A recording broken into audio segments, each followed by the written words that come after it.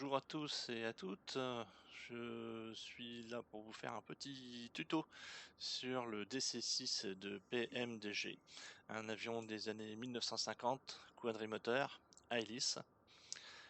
Une superbe modélisation et une superbe réalisation. À mon avis, un des meilleurs modules pour, Flight Simulator 2020, si ce n'est le meilleur. Bien sûr, dans sa catégorie, on n'est pas là pour comparer les avions les uns avec les autres, mais un point de vue, précision, graphisme, usage de l'avion, tout ce qui va être, avionique, modèle de vol, c'est vraiment une très, très grande réussite. Alors c'est un avion des années 50, je le disais, donc qui n'est pas du tout automatisé. Vous le voyez d'ailleurs, on a énormément de cadrans, de petits boutons, tripatouillés. On n'a pas de cockpit en verre, pas d'aide ou très, très peu. La seule, exception qui a été faite sur cet avion, eh bien, ça a été d'implanter une petite, tablette. Alors cette petite tablette, elle est du côté pilote ici. Alors c'est une aide et à la fois un peu un guide de référence, c'est-à-dire que vous allez pouvoir, y trouver l'aide, pour votre mécanicien navigant. Parce que comme c'est un avion très ancien, et bien, on pilotait ces avions-là à 3. Avant, il y avait quelqu'un qui venait s'installer ici, à côté de vous, le mécanicien navigant. Il avait un petit siège, hop, oui, on va l'installer là et il était censé vous aider, pas censé, mais il vous aidait dans la gestion, des moteurs, essentiellement et en faisant un petit peu de navigation, enfin, en vous déchargeant aussi quelquefois des procédures, d'approche, de manière à ce que le pilote et le copilote n'aient qu'à s'occuper, bien du maniement de l'avion. Alors, ma petite vidéo aujourd'hui, ça va simplement pour vous montrer comment on démarre, les moteurs de cet appareil. On verra ensuite dans d'autres vidéos comment faire un peu de roulage, pas un peu, mais le roulage, comment, bien préparer l'avion pour le décollage et la procédure particulière de décollage. Cet avion-là n'étant pas du tout des jets, ça ne se pilote pas de la même façon. Voilà, alors on va faire un petit tour de l'avion en commençant par ici la tablette. Alors je vais pas vous expliquer tout, ce qui peut se passer dans cet avion. On va simplement se concentrer sur ce qui va vous servir en instrument aujourd'hui et donc pour mettre en route les moteurs et puis on va se concentrer sur ce qu'on a besoin ici, comme, assistance. Alors depuis que l'avion est sorti, il y a une petite mise à jour. Du coup, j'en profiterai pour vous montrer ce qui a été un peu, incrémenté, en supplément. Alors, la première page, c'est ici, c'est ce qu'on appelle le ramp start, c'est-à-dire que c'est en fait l'état de votre avion au départ. Donc vous pouvez mettre, des tas de choses ici, tout ce qui va concerner, les structures d'avion, c'est-à-dire qu'on va pouvoir lui mettre la couverture sur, enfin le cache pitot, les, blocages, des roues, les wheel chocks, le comment on appelle ça? C'est pas le tracteur, c'est marqué ça, c'est le terme en anglais, le système pour le repoussage, les oil pans qui sont en fait des petits réservoirs qu'on met sous les moteurs pour récupérer éventuellement les fuites d'huile, les lubrifiants, enfin tout ce qui pourrait s'écouler sur la piste et la salir et être potentiellement des dangers pour les autres. En tout état de cause, on démarre forcément avec le Grand Power Unit. C'est obligatoire, cet avion-là n'a pas les batteries suffisantes pour démarrer sur son alimentation propre. Donc on a besoin d'aide à l'extérieur. Ici, sur tout ce qui va être Aircraft Access, c'est tout ce qui va manipuler à la fois la porte pour l'arrivée pour le cockpit, ensuite sur les passagers, le cargo, voilà, tout ça avec les rampes. Vous le mettez au départ ou non, suivant vous êtes pressé de voler ou si vous la jouez un peu plus roleplay. Voilà, quelques petites choses pour, les différentes lumières. On peut partir sur du lumière blanche partout, lumière rouge, le float, tout ce qui va éclairer les instruments. Ça aussi, c'est bien modélisé et vous pouvez le faire comme vous le souhaitez. Alors, on va démarrer avec le Grand Power. Nous sommes sur du Cold and Dark, c'est-à-dire que l'avion, est froid, et sombre comme le dit le terme anglais. En clair, il est, au parking, vous venez de monter dedans et il faut le réveiller, il faut tout faire. Vous avez le Ready to Start qui vous a déjà mis certains systèmes sous tension et qui vous raccourcit un petit peu votre checklist pour la mise en route des moteurs qui elle de toute façon se fera toujours manuellement, sauf ici, bien sûr. C'est-à-dire que le Ready for Taxi, c'est là, vous avez l'appareil prêt, vous enlevez votre frein de parc et puis vous roulez, vous allez sur la piste, vous décollez, vous faites votre vol comme vous l'avez prévu. La deuxième icône ici sur la barre de menu, eh bien ça va être le fuel load. En fait, le fuel manager, on va ici incrémenter ce qu'on veut comme carburant. Vous voyez qu'ici, je vais peut-être le zoomer un petit peu. Vous avez simplement la charge sur les tanks, les réservoirs. On va franciser tout ça. Les réservoirs principaux de l'avion qui sont à plein et les réservoirs secondaires bien, qui sont vides. C'est-à-dire qu'on va avoir un avion un peu plus léger. On peut par défaut, si vous voulez, vous pouvez le mettre à pleine charge ou à 50%, ou alors suivant l'équilibrage que vous souhaitez, vous pouvez le moduler. On va pouvoir rentrer aussi la base de cargo, décidément, je dis que je francise et je laisse en anglais, vos bagages et la charge utile de l'avion, le nombre de passagers, et tout ça, c'est répertorié ici avec le gros sweat, en fait, qui va être important pour vous. Pour piloter cet avion, il est à 77 791 ici. Et suivant ce gros sweat-là, on va pas faire le même type de décollage. D'accord? Ça, c'est votre charge max utile. On verra ça plus tard. La première petite chose qui a été changée par le patch, c'est effectivement ici la présentation du mécanicien navigant ou de l'ingénieur de vol. Vous pouvez l'appeler un peu comme vous voulez. Qui a reclassé les différentes aides suivant les étapes du vol. C'est-à-dire que tout ce qui va être sur le le pré-vol, le départ, ce qui va être en vol, l'approche, l'after landing. Voilà. C'est simplement composé de petits boutons cliquables. C'est-à-dire que vous, dès que vous l'activez ici, vous allez avoir la procédure d'avant démarrage moteur qui va se lancer. C'est-à-dire que là, quand on a un call and dart, le mécanicien navigant va réveiller l'avion, lui mettre l'électricité, enfin régler tous les paramètres pour vous. L'intelligence de PMDG, c'est que vous pouvez assister à ce que fait le mécanicien navigant. Ça n'arrive pas d'un bloc. Je veux dire, voilà, on est prêt. Non, voilà, il va vous dire, je fais ci, je fais ça, et vous pouvez regarder et apprendre en même temps pour le faire tout seul éventuellement. Ne soyez pas complexé d'utiliser le fichier mécanicien. Comme je vous disais en début de vidéo, bien, ces avions-là se pilotaient à trois. Et donc effectivement, il fait partie de l'équipage, il a un rôle à jouer, il va vous décharger de certaines tâches, non pas parce que vous êtes un petit peu feignant, mais parce que vous allez devoir vous concentrer sur d'autres choses et que c'était beaucoup plus sécuritaire de enlever un peu de charge mentale sur l'équipage et d'avoir un mécanicien, quelqu'un de spécialisé là-dedans. Parce qu'encore une fois, il n'y a rien d'automatique là-dedans, on règle tout en manuel. Donc on verra ça quand on va faire la mise en route. Je vais passer assez rapidement sur le maintenance manager qui a été aussi un petit peu remodifié, qui est en fait le livret d'entretien, le carnet d'entretien de l'avion. Donc quand vous viendrez à manquer d'essence, enfin d'essence, d'huile, vous voyez mes niveaux ici sont différents, eh bien on peut les recompléter. Voilà, ça vous permet d'avoir ce côté un petit peu réaliste de j'utilise un avion, mais je dois aussi non seulement le piloter, mais quand même veiller à son entretien en remplissant un petit peu le carnet qui va avec. Vous avez ici un autre système d'indication qui va vous permettre de savoir si les réglages que vous avez fait sont corrects ou non. C'est-à-dire que ça va afficher vert, de vert à rouge.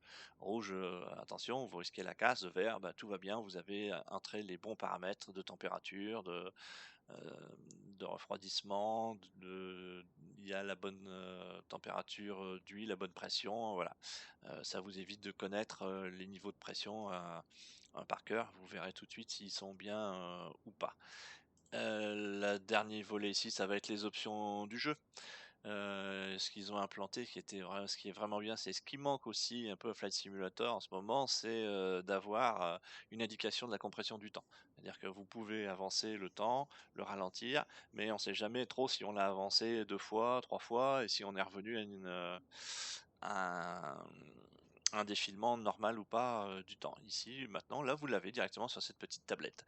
Le réalisme des options, bien sûr, ça va mettre en réalistique, c'est-à-dire que vous allez avoir aucune chose automatique. Le Realistic Engine Damage, ça c'est si vous souhaitez avoir des pannes.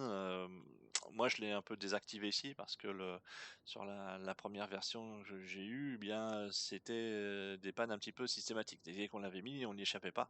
Il n'y a pas trop de fréquences. Voilà. Il y avait peut-être un petit peu de bug, mais donc pour l'instant je l'ai enlevé. Ici ça gêne pas. Ce qui est intéressant dans le tuto qu'on va faire, c'est le Realistic Start. C'est-à-dire que là, on va le mettre en réel. Et donc vous allez devoir faire toutes les actions nécessaires pour démarrer vos moteurs.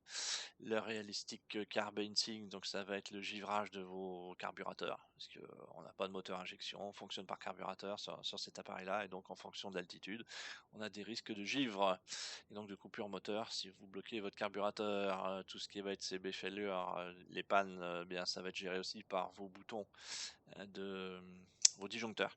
Il y a tout un panneau de disjoncteurs, je vous le montrerai après, sur le fond de l'avion qui est actif.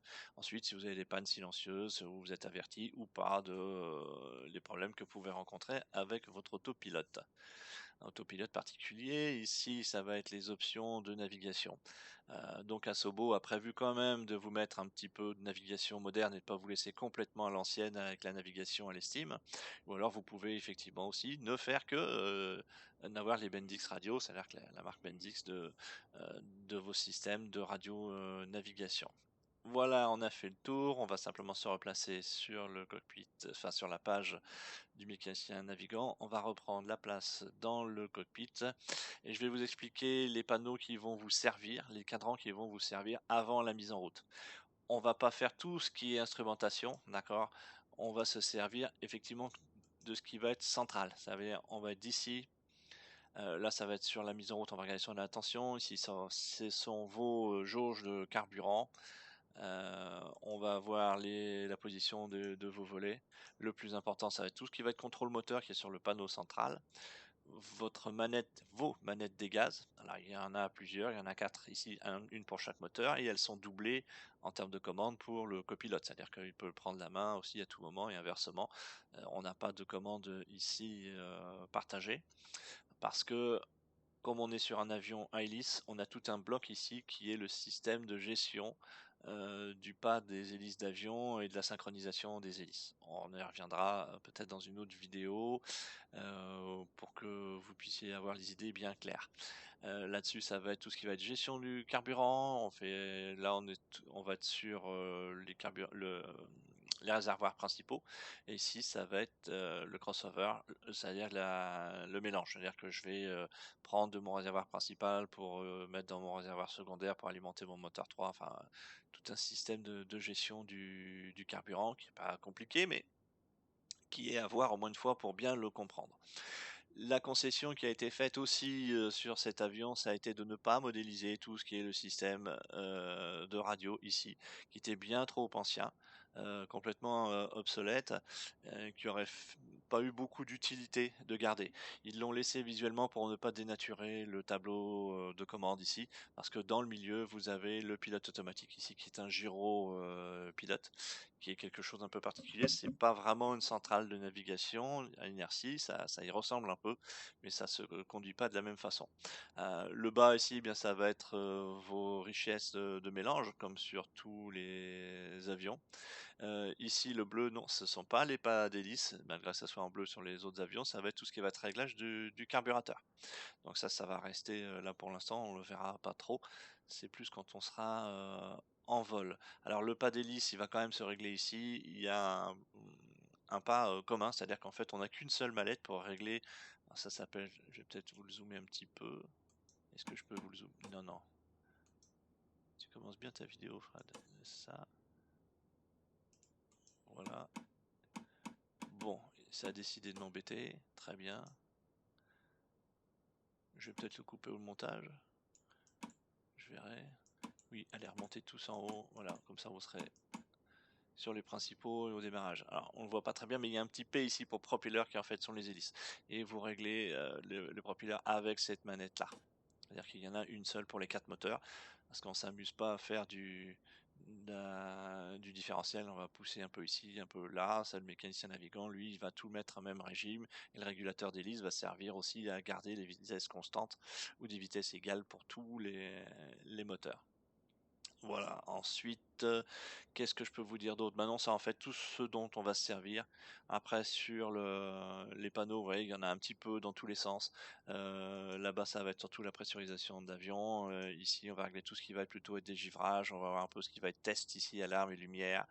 Enfin, je vais pas vous prendre la tête avec ça. Déjà, vous allez voir qu'on va avoir pas mal à faire, rien qu'avec le démarrage. Alors, on va déjà commencer par réveiller l'avion. Donc, du coup, je vais demander au mécanicien navigant de me lancer la checklist Before Start. Qui va m'annoncer le pré-flight. Vous voyez qu'il va ici allumer tout ce qui va être électrique, les générateurs. Voilà. Il vient me dire que c'est compliqué. C'est pas compliqué, c'est fait. Alors ça c'était, il a fait tout ce qui était mis en place manuel, maintenant il fait sa checklist, donc on va simplement vérifier les tas de choses. Voilà, il dit que c'est réglé. Voilà, vérifier. La radio, ici.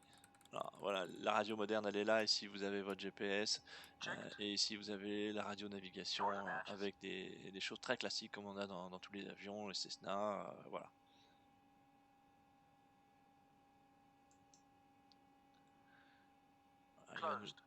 Il va nous checker la porte. Donc ça aussi c'est modélisé, vous avez l'escalier rétractable qui était ici, ouais, ça, vous n'êtes pas dans le détail, et la porte ici. Donc tout ça est fermé.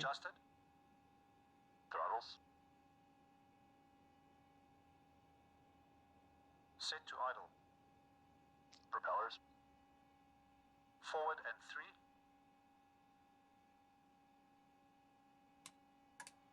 Before start checks complete. Start engines. Voilà, donc l'ingénieur de vol vient de nous dire que la pré-checklist de vol elle est terminée et le pilote annonce qu'on va pouvoir démarrer les moteurs. Alors démarrer les moteurs, on va descendre en bas ici et tout de suite on va voir les premières actions à faire. La séquence de démarrage des moteurs sur cet appareil là est toujours la même. On va d'abord démarrer le moteur 3, le moteur 4 et on va revenir sur le moteur 2 et le moteur 1. On va toujours faire du plus près de la carlingue de l'intérieur vers les extérieurs. Donc on va pousser ici, on va le laisser sur autoline. Au démarrage ça suffit, c'est la richesse du mélange. Lorsque le moteur sera démarré, on le passera sur autoriche. On va remonter ici ensuite tout en haut pour montrer qu'il a déjà, oula, je vais vous saouler, déjà pré-réglé certaines choses. Première chose à faire, c'est de dire quel moteur on veut démarrer. Donc ici, on veut démarrer le moteur 3. Vous voyez, il est déjà en position de moteur 3. Pour démarrer un moteur, sur ces types de moteurs-là, bien, il faut un petit peu faire du gavage, c'est-à-dire les suralimenter en carburant au moins au départ. Donc il a mis ici le booster pump, qui est en fait une alimentation supplémentaire d'essence sur l'eau. Et donc on va commencer à alimenter le moteur en essence. La deuxième chose qu'on va faire, c'est qu'on va mettre ici les magnétos du moteur 3 sur Boss. Les magnétos, ça, en fait, vous le savez sûrement, sont l'allumage sur les cylindres. On a deux, un à droite, à gauche. Et donc on le met sur ensemble. Une fois qu'on a fait ça, on va... Non, je vais pas le faire comme ça, parce que sinon ça va prendre des plombes. On va vérifier qu'on a bien la pression d'essence. Donc ici, on est sur le moteur 3 et on a la pression d'essence. D'accord. On voit que les pressions d'essence ici, elles sont à 0 puisqu'on n'a pas mis les pompes en route et que le moteur ne tourne pas. En dessous, vous avez la pression d'huile. Vous avez les températures d'huile. Quand on va le mettre en route, ben, ça va monter gentiment. La température d'huile aussi, elle va commencer à grimper tout doucement. Et tout ce qui va être la pression, la température du carburateur, les mouvements d'air, ça va être indiqué ici. Dès que le moteur va démarrer, eh bien, on va regarder comment il se comporte. Alors on va passer pour ça en revue les petits cadrans que vous avez ici, sans la barre de menu, on s'en fout un peu. Vous avez je vais passer par là, comme ça on sera moins embêté. Vous avez un premier cadran qui est atypique et qui est pas souvent sur les avions, voire quasiment jamais, c'est la première fois que je le vois implanté ici, c'est le BMEP. C'est un terme barbare, c'est une abréviation anglaise qui, en fait, ce cadran va vous permettre de voir la charge du moteur. C'est pas vraiment des indications, on va pouvoir se calibrer, se servir en disant: «Il faut mettre à 1500 tours», choses comme ça. Ici, vous allez voir comment se comporte le moteur. Comme il se passe pas grand chose, on lui demande pas grand chose. Si dès qu'il va se passer, plein de choses, vous allez voir les aiguilles ici vont monter, c'est-à-dire qu'en fait votre moteur va être en tension. Et il faut simplement faire attention de pas trop le pousser pour ne pas, le faire exploser, passer vos pistons à travers les cylindres. Et donc c'est quelque chose qui est à surveiller, c'est une indication en fait du rendement de votre moteur. Voilà, donc c'est un peu en gros ça, c'est un peu plus complexe que ça, mais on va s'en tenir à ça, c'est bien. En dessous, vous avez la pression d'admission, le manifold pressure. Vous voyez que tous les cadrans sont à 0, sauf que ici c'est déjà à 30. C'est bizarre, les moteurs sont pas allumés, il y a déjà une indication. Parce que comme c'est une pression d'admission, en fait, ça va regarder ce qui rentre en air et en carburant dans vos cylindres. Pour l'instant, il rentre rien, mais c'est des moteurs atmosphériques. Donc en fait, ce qui mesure là pour l'instant, bah, c'est la pression atmosphérique en pouces de mercure. Donc vous savez que quand vous demandez le QNH, vous ne savez pas peut-être, mais ça sera dans votre complément de formation si vous voulez vraiment aller plus loin sur ces avions, ou même dans Flight Simulator, hein, le QNH est une notion d'altimétrique importante. Eh bien, il vous donne par exemple 29,92. Et là, vous voyez qu'ici, la pression standard, elle est à 29,92. Et là, on est à un peu plus de... On est à 30. À 30. Voilà, donc en fait, ça vous donne la pression atmosphérique du moment. Lorsque vous allez allumer les moteurs ici, vous allez voir les aiguilles ici, elles vont chuter. Donc ça sera le 3. Donc elle va descendre ici. On va avoir une dépression par rapport à la pression atmosphérique normale. Pourquoi? Parce que lorsque vous allez injecter de l'essence et de l'air, dans les cylindres, vous allez créer une espèce de dépression, parce que vous allez en injecter peu. Et donc tout ce qui est courant d'air et tout ce qui va être flux, eh bien, ça crée une dépression lorsque ça passe dans des circuits fermés, comme les circuits d'alimentation. Et donc votre aiguille va descendre ici à 10. En dessous, vous avez les RPM qui sont en fait votre compte tour de moteur, enfin de moteur. Et donc ici, ça va monter, ça va venir se stabiliser vers entre 500 700 tours minute. D'accord. Alors, ce que je vous ai pas dit, c'est que vous avez deux cadrans et on a quatre moteurs. Puis vous me dites, mais elle est où l'aiguille 1 et l'aiguille 3? Bien, elle est juste derrière. C'est-à-dire qu'en fait, vous avez un cadran qui va vous aider à régler deux moteurs. D'accord. On travaille à droite et à gauche. Même chose sur les RPM, du coup vous aurez les températures de cylindre ici, tout ça, ça va monter. La pression d'eau, ça c'est quand on fait des décollages un peu spécifiques, ce qu'on appelle weight. Ici la particularité de ce cadran qui normalement ne concerne que des éléments moteurs, mais qui est relativement à vue du pilote. Bon, ils l'ont mis là, je ne sais pas trop pourquoi, c'est la position de vos volets. C'est-à-dire que quand vous allez vouloir décoller ou atterrir, vous allez mettre du volet en retiré, et donc du coup ici vous avez la position de vos volets. Donc ne la cherchez pas ailleurs, elle est perdue dans vos instruments moteurs ici. Voilà, donc on vient de faire le tour de tout ça, on a vu qu'on avait de la pression d'essence. Comment est-ce qu'on va démarrer ce moteur? Votre starter, il est là. C'est un starter un petit peu plus complexe que simplement les Bose dans les avions, hein. Vous le mettez ici, vous appuyez sur Bose, tac, ça enclenche votre démarreur et votre starter et votre avion démarre. Ici, ça ne sera pas le cas. On va avoir trois petits boutons qu'on va devoir actionner dans une certaine séquence. Le premier de vos petits boutons ici, c'est votre démarreur pur, c'est-à-dire que quand vous allez cliquer dessus, il va entraîner le moteur et commencer à faire tourner les pales de l'avion. Ça va vous faire injecter un peu d'essence, ça va vous faire augmenter la compression dans les cylindres et ça va commencer à lubrifier le moteur. Ici, du coup, quand ce sera prêt, vous aurez un boost, qui n'est pas un boost supplémentaire d'essence, c'est un boost d'étincelle, d'allumage. C'est-à-dire qu'au lieu d'avoir une séquence d'allumage assez classique, eh bien ici, on va doubler, tripler, enfin mettre plein de petites étincelles dans votre piston pour être certain qu'il s'allume. Et le prime ici, c'est tout ce qui aura été un peu comprimé ou injecté. On va envoyer tout ça d'un coup, donc une grosse bouffée de carburant pour que ça puisse partir. Le safety ici, quand vous allez enclencher le start, il va se mettre aussi. Ça va vous permettre d'arrêter la séquence de démarrage moteur s'il y a quelque chose de non conforme qui se produit. Alors le mécanicien navigant va vous aider, c'est-à-dire que dès que vous avez démarré ici, lui il va compter le nombre de tours de pale. C'est-à-dire qu'on va enclencher tous ces boutons lorsqu'on aura suffisamment de compression dans le moteur. Et donc il va vous faire un décompte. Vous allez entendre 3, 6, 9 et 12. À 12, vous lancez le boost d'étincelle et on lance le prime assez rapidement. Fait tac, tac. et votre moteur, normalement, si vous avez tout bien préparé, il va démarrer. On va passer sur la vue extérieure pour que je vous montre un peu à quoi ça va correspondre. Sur le 3. En fait, quand il vous dit 3, il va prendre une pale en référence et il va entendre, lui, à l'intérieur du cockpit, le clac du tour de la rotation des hélices. Donc ça, c'est la 1, 2, 3. Alors, il va faire 1, 2, 3. On va arriver ici, on aura fait un tour. 4, 5, 6, 2 tours. 7, 8, 9, 3 tours. 10, 11, 12, 4 tours. Donc on va faire 4 tours de moteur. Quand il dit 12, vous avez fait tourner votre moteur sur 4 tours. Donc vous avez emmagasiné suffisamment de compression et d'essence.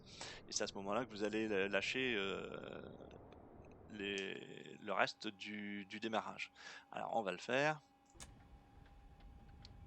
3, Vous entendez le petit clic-clic, ça c'est les hélices qui tournent. 9, 12. Boost, prime. Alors, normalement on fait pas ça, mais là on regarde plutôt ce qui se passe au moteur, mais on va regarder ici sur l'extérieur. C'est-à-dire que normalement ici vous avez quelqu'un qui est sur l'extérieur et qui regarde votre avion, notamment le démarrage des moteurs. Si vous avez un problème au démarrage, il va vous le signaler, vous le couper, un incendie ou quelque chose qui est anormal. Parce que les moteurs sont assez en arrière de la carlingue et les pilotes le voient difficilement, ils doivent ouvrir la petite fenêtre et regarder ce qui se passe. Donc il y a une assistance au sol en général. Une fois qu'on a fait ça, eh bien on va redescendre tout de suite. Normalement on le fait assez rapidement. Et ce que je vous disais ici, la pression d'admission est descendue. Et donc là on est sur, ça mesure réellement ce qui arrive en air et en carburant dans votre avion. Le RPM ici on est à 1300. Bon, il fait un petit peu chauffer les moteurs, on descendra plus bas après. Donc ça, on vient de le faire une première fois pour ce moteur-là. Lorsqu'on a lancé le moteur et qu'il a démarré, vous remarquez que moi j'ai rien touché et tout ici est revenu à la normale. C'était le système automatique de l'époque. Ce qui vous permettait de dire bah voilà, j'ai lancé mon moteur, c'est parti. Après on faisait le contrôle et quand tout remonte, ça veut dire bah vous êtes prêt pour lancer. Moi avion, je suis prêt pour lancer la deuxième séquence. La deuxième séquence, on va redescendre plus bas et je vous ai dit on faisait 3 et 4. Donc on va relancer le 4. Le 3 du coup comme il a démarré, hop, je le mets sur plein riche. D'accord, il y a juste un petit cran après sur le plein riche. On va le démarrer en ligne aussi, on va remonter et on va cette fois-ci dire je veux démarrer le moteur 4. Je le pose ici, je vais gaver le moteur avec un peu d'essence, du coup on redescend et on voit bien ici que le gavage est effectif. On va remonter, on va mettre les bosses comme on a fait tout à l'heure, hein. Donc du coup normalement vous perdez pas, vous mettez 4, ici 4, le boss, et on recommence cette séquence de démarrage. 3, 6, 9, 12. Le boost, le prime, moteur 4 est parti. Vous voyez, il descend ici, enfin les aiguilles vont venir s'aligner. Vous avez bien de la pression d'huile, ça c'est ce qu'il faut vérifier. Vous voyez, la température 103 commence à monter, elle grimpera aussi sur le 4. On va continuer la séquence de démarrage. Donc là on va faire l'intérieur gauche. On place ici. Donc je veux démarrer le moteur 2. Voilà, je booste 2 et j'oublie pas de mettre son gavage de pompe. Tout est remonté, c'est-à-dire que je suis prêt normalement pour démarrer une nouvelle séquence. 3, 6, 9, 12. Boost prime. Voilà, démarrage du moteur suivant, vous voyez ici ça commence à se réguler. Donc le moteur 2 est parti. J'ai de la pression d'huile, ça c'est le plus important à regarder. À chaque fois, si vous avez bien de pression d'huile, et voir la température, si elle continue à monter, elle commence à grimper là, votre moteur va pas tarder à arriver en chauffe. On va passer, alors, vous voyez, quand on respecte pas son check-up ici, là, cette checklist, j'ai remonté sur Autoriche, et je vais faire la même chose ici sur Autoriche, sur ligne ici, simplement pour le démarrage du moteur 1. Donc même chose, je veux démarrer le moteur 1, je vais gaver le moteur 1, je vérifie que la pression d'essence est bien montée, parfait, je reviens sur mon truc, je remets ici les magnétos en bosse. Tout est revenu à normal, je peux recommencer une séquence de démarrage. 3, 6, 9, 12. Boost Prime. Voilà, mon moteur démarre. Alors ce que j'aime aussi beaucoup moi chez PMDG, c'est la modélisation. Ici vous voyez votre moteur, il est en train de vibrer, les capots sont ouverts, enfin on est vraiment dans l'avion comme à l'époque. Alors on va pas se laisser distraire, on va regarder, on a la pression, toutes les pressions d'huile sont montées, très bien. Ici ça commence à se stabiliser, parfait. Je vais redescendre tout en bas parce que je vais le mettre sur plein riche. Alors si vous voulez pas oublier de le mettre sur auto-riche, vous pouvez le mettre sur auto-riche au départ, ça va pas vous empêcher de démarrer le moteur. Moi je respecte un peu plus la procédure qui était employée à l'époque, on démarrait sur ligne, et ensuite le moteur était démarré, on l'envoyait sur auto-riche. Ok, mais c'est pas gênant, vous pouvez le faire si vous voulez en démarrant sur auto-riche tout de suite. Voilà, donc une fois qu'on a fait ce magnifique démarrage moteur, vous voyez les moteurs on les voit pas, c'est pour ça qu'il y a toujours quelqu'un au sol qui vous permet de le faire. On va repasser sur notre petite tablette et on va faire le after start checklist. Start selected bus pumps. Voilà, donc si vous voulez, lui il va revenir en haut, oui, il va enlever vos gavages, And off. Battery switch. il va vous retirer, Plane battery. voilà, en fait c'est un peu le grand power qui l'enlève et du coup on va être sur la batterie. Emergency lights. Armed. Ground power. Removed. Voilà, il dit remove. After start checks complete. Voilà, même chose, il vient de faire l'après-liste, l'après-checklist de démarrage. Donc là, votre moteur est démarré. Il y a encore toute une série de tests à faire que moi je fais pas vraiment au parking, c'est en fait des tests d'hélice. Il y a pour moi un seul vrai test moteur qui va en fait de contrôler les magnétos, c'est-à-dire qu'on va regarder si on coupe le magnéto, on va simplement vérifier qu'ils sont vraiment tous bien en fonction, parce que là on peut pas tout à fait s'en rendre compte. D'accord, il va y avoir différents tests d'hélice à effectuer et que je fais plutôt sur le seuil de piste. Alors, on va quand même s'intéresser à ce fameux panneau ici de synchronisation des hélices. Sinon, chaque fois que je veux faire une action, oui, il y a quand même pas mal à faire, il faut faire attention où on met son clic de souris. Tout est allumé en bleu ici, c'est-à-dire qu'en fait vos hélices sont synchronisées et vous avez démarré le moteur avec vos hélices en plein petit pas, ça s'appelle donc tout à l'avant.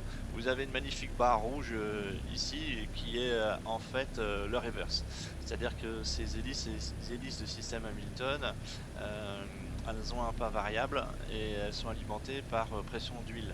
C'est-à-dire qu'en fait, chaque fois que vous allez changer le pas, on va injecter un peu plus de pression sur l'hélice, ça va changer l'angle d'attaque des pales, jusqu'à pouvoir avoir des pales qui vont tourner avec un angle d'attaque négatif et donc vous faire une poussée, une rétro-poussée, ce qui va vous faire reculer. C'est de ça qu'on va se servir ici dans cet avion. Tout ce qui est un peu bouton, après on le verra sur la checklist de vérification avant décollage. Ouais, ça moi j'aime beaucoup, j'ai profité d'ailleurs. Vous voyez, c'est que les moteurs sont en train de chauffer, donc l'avion est froid et tout est en train de trembler. Vous avez vraiment, comme à l'époque, la sensation et la vibration de cet avion. C'est en ça que je vous dis que la réalisation est vraiment superbe. On va reprendre notre petite place de pilote, on va regarder l'extérieur. Effectivement, sur l'extérieur ça va être compliqué de partir tout droit puisque on est sur un satellite et qu'à droite on a du matériel et qu'à gauche aussi on en a. Donc on va reculer gentiment en se servant de notre pas inversé. Alors pour être sûr de bien démarrer sur le pas inversé, il faut absolument mettre vos manettes, vous voyez ici, complètement sur idle. D'accord, on a légèrement fait chauffer, donc là du coup la barre elle descend. Si jamais votre barre ne descendait pas, vérifiez ça, que vous êtes vraiment sur un régime moteur idle. D'accord.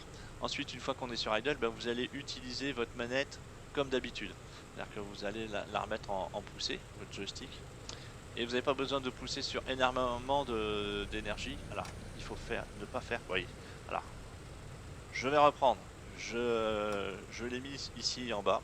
Je commençais à pousser, donc normalement ça aurait dû reculer. La grosse bêtise que j'ai faite, parce que je ne suis pas ma checklist, c'est que j'aurais dû défaire mon frein de parc. On ne peut pas rouler si on a les freins. Par contre, ce que vous avez pu voir immédiatement, c'est lorsque vous remettez, vous remontez vos manettes pour arrêter votre poussée, et bien la petite barre rouge ici, elle s'enclenche automatiquement. Ce qu'on vient de voir ici, c'est qu'on a des 4, comment ça s'appelle? Attends, je vais devoir la remettre. On a les 4 rouges qui se sont allumés. Normalement, il y en a 4, là il n'y en a que 3. Ça signifie que vous êtes en pas inverse. Quand là elles reviennent elles restent sur rouge, il y en a une qui s'est éteinte, ça veut dire que les autres sont restés sur du pas inverse, elles ne sont pas vraiment revenus sur la position petit pas. Ce qu'il suffit de faire pour régler ce problème, c'est de ravancer un petit peu la manette des gaz. Voilà, vous avez redonné un peu de pression d'huile et du coup tout ça c'est redevenu dans l'ordre. Donc veillez bien ça, à chaque fois que vous avez une lumière rouge ici qui s'allume, c'est que vous avez un souci. On est revenu un petit pas, je le remets ici, j'ai enlevé mon frein de parc et donc je vais vous remettre une vue sur laquelle on va pouvoir voir que voilà, je vais avancer ma manette des gaz. Ça s'est enclenché en rouge, donc je suis bien sur un pas inverse et vous voyez que je suis en train de reculer. D'accord, donc on va le voir sur la vue extérieure. Alors, c'est pas la peine de mettre énormément de pas, hein. Vous restez sur une pression d'admission à 10, 11, 12 ici, vous voyez, ça suffit largement pour reculer. Donc avec le palonnier, comme sur un avion classique ici, eh bien, je peux diriger mon avion. Voilà, j'estime que j'ai suffisamment reculé comme ça, je vais le stabiliser. Donc je vais remonter ma manette des gaz. Je vais freiner. Alors, vous avez entendu le grincement. On a des freins qui sont pas super puissants et super efficaces, donc on va devoir les ménager aussi bien à l'atterrissage que sur la conduite au sol. Voilà, donc là j'ai remis à 0, j'ai remonté. J'ai encore une fois ce petit problème ici. Tac, donc je le résous en remettant un petit peu de gaz. Maintenant je suis prêt à faire le roulage. Alors on va, je vais aller sur cette vidéo en faisant du roulage et je vais m'arrêter au sol de piste et ça sera la fin de la première partie. Et j'en ferai une autre pour vous montrer les procédures de vérification finale. Alors la seule chose que j'ai à vous dire sur le roulage, c'est que il faut d'abord remonter un petit peu les gaz. Ouais, hop. Et vous voyez, ça démarre. Et ensuite, vous pouvez les rabaisser. D'accord. J'ai laissé enclencher. Ça, je vais le dire parce que souvent, les gens de vidéo sont pas vraiment d'accord avec ça. C'est ici mon gust lock. C'est-à-dire, en fait, j'ai laissé verrouiller mes commandes et mon blocage ici pour le décollage. C'est-à-dire que... je vais freiner un petit peu, pas aller trop vite, qu'on ait le temps de vous expliquer les choses. C'est-à-dire qu'il y avait une espèce de tringlerie qui nous permettait de bloquer les commandes et tout ça pour éviter qu'elles soient bousculées par le vent, que les gens les manipulent. Et surtout, ça introduisait une petite notion ici de barre rouge qui en fait vous permet d'accélérer que ici et là en bloquant les manettes intérieures. Ce qui évitait en poussant les manettes que par accident d'envoyer du plein gaz et de vous coller dans un mur ou dans des objets qui passeraient aux alentours. Alors, on va baisser encore le régime moteur, on va aller tout doucement. Et je vais vous parler de l'harmonique avant qu'on y arrive. Il y a un petit problème sur ces moteurs, qui n'est pas un problème, mais qui est mécanique, parce que vous avez des gros moteurs qui sont des 18 cylindres en étoile, donc ils sont autour de l'axe. Et quand vous accélérez ici, vous allez voir qu'on a dans cette zone de tachymètre, ici, par là, aux alentours de 14-1600. L'avion va se mettre à vibrer beaucoup. C'est ce qu'on appelle l'harmonique des moteurs, c'est-à-dire qu'en fait, ils ont du mal à trouver leur cadence et ils ont un moment critique. Ce qui fait que ça crée des vibrations un peu partout. Et il faut éviter de rester dans cette zone d'harmonique. D'accord? Du coup, je vais le monter. Et vous voyez? Là, on s'est calmé. Regardez, je vais redescendre. Vous voyez, ici, l'avion va trembler, là. Vous voyez, les aiguilles, elles tremblent. Ça, c'est l'harmonique des moteurs. Ça, c'est pas bon. Il faut éviter cette zone. Du coup, je vais la dépasser. Je vais lâcher les freins. et on va finir le roulage pour se mettre en position.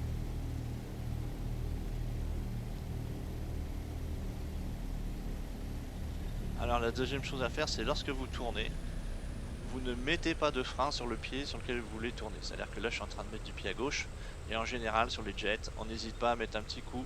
Je vais rester un peu décalé pour avoir une vue sur la piste. Je freine. On n'hésite pas à freiner en même temps sur le pied sur lequel on tourne. Ça vous permet d'accélérer la rotation, de tourner plus court en fait. Alors, dans Flight Simulator, si vous le faites, ça ne va pas endommager votre avion. C'est juste toujours pour être dans cette notion de réalisme d'époque. On ne freinait pas on ne bloquait pas une roue pour tourner, ça risquait d'endommager le système de freinage. Voilà, donc une fois lorsqu'on est arrivé ici, on va remettre le frein de parc. Voilà, donc là je peux enlever le pied des freins. Et on va commencer une autre séquence qui va être essentiellement du contrôle d'hélice. Sur les réacteurs, tout ce qui est flux, tout ça, ça se gère par l'électronique. Ici, on va faire quelques tests de synchronisation. Alors pourquoi synchroniser les hélices? Eh bien parce que pour un même régime, vous pouvez quand même avoir des vitesses de rotation un petit peu différentes parce que le calage de l'hélice n'est pas rigoureusement exact. Alors l'ennui de ne pas avoir des hélices synchronisées, c'est-à-dire qui tournent à la même vitesse, c'est que vous risquez d'avoir des tractions différentes sur les ailes. Vous avez une hélice qui va tourner plus vite d'un côté, donc qui va vous tirer d'un côté. Vous allez avoir des vibrations dans l'avion et vous risquez aussi d'endommager un peu les moteurs. Et vous allez avoir aussi une augmentation du bruit. Vous voyez, ils sont déjà pas très silencieux. Alors si en plus vous avez des hélices désynchronisées, vous n'allez pas avoir la même fréquence de rotation et donc du coup des bruits parasites et ça va être bruyant. Alors c'est pas fondamental, mais on fait toujours une resynchronisation des hélices avant le décollage. Voilà, pour terminer cette petite vidéo, je vais vous montrer aussi quelque chose moi que j'aime beaucoup et qui est fait sur PMDG. Je vais peut-être pas y arriver. Ainsi. Je vous parlais tout à l'heure des tableaux des disjoncteurs. Ben, vous voyez, ils sont là, ici, et ils sont actifs. C'est-à-dire que lorsque vous avez une panne sur un instrument ou quel que ce soit, pensez tout de suite à jeter un coup d'œil sur vos tableaux de disjoncteurs pour voir si le fusible n'a pas sauté. D'accord. Ici, vous avez le tableau, si vous pouvez zoomer, je ne sais pas si je pourrais le faire dans pas de là, qui vous répertorie où sont les fusibles qui correspondent à quoi. La deuxième chose ici, moi, c'est ça. On peut ouvrir la fenêtre. Alors, c'est pas que je manque d'air, hein, je suis un peu claustro, mais ça vous change le bruit, ça vous donne vraiment ce côté, ben voilà, chez un avion où tout fonctionne. On s'est poussé, enfin chez PMDG, on s'est poussé ce point de détail jusque là. Du coup, je passe un peu ma tête et je vois mon moteur qui tourne. Alors, vous voyez, on voit encore légèrement les vibrations. Je trouve que c'est vraiment sympa tout ça. Il y en a une vraie qualité ici de ce produit. Je suis un peu en train de faire leur publicité. On le referme parce que c'est un avion quand même qui était pressurisé. Vous voyez, clac, la vitre vient se bloquer. Et même chose sur les éléments moteurs. Vous voyez qu'on a de la fatigue ici. On a des écailles. Les compteurs sont pas complètement rigoureusement exacts. Vous voyez, il y a des fonds, par exemple ceux-là qui sont sur la même chose, ben lui, ceux-là sont neufs, lui c'était un vieux, il est resté. Vous voyez, il y a tout ce genre de choses qui contribuent à donner une ambiance et l'atmosphère dans cet avion.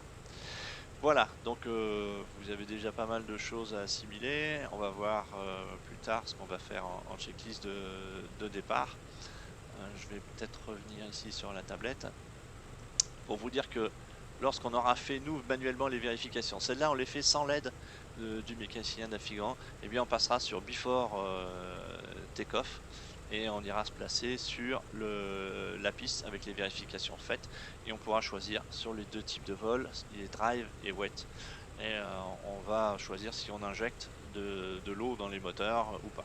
Alors il y a peut-être certains d'entre vous viennent de bondir à ce que je viens de dire. Oui, on peut injecter de l'eau dans des moteurs. Ça sert à quoi? On verra ça la prochaine fois. Ça paraît un peu contre-productif, hein. On fait tout pour que les moteurs explosent et on met de l'eau pour les éteindre. Ben c'est pas très grave. On verra que c'est même utile. C'est un vieux système qui est encore quelquefois employé aujourd'hui. Ça a beaucoup disparu parce qu'on a d'autres types de carburant maintenant, du kérosène, qui ne nécessitent pas ce genre de manip. Voilà, merci d'avoir suivi cette introduction et j'espère pour la prochaine vidéo.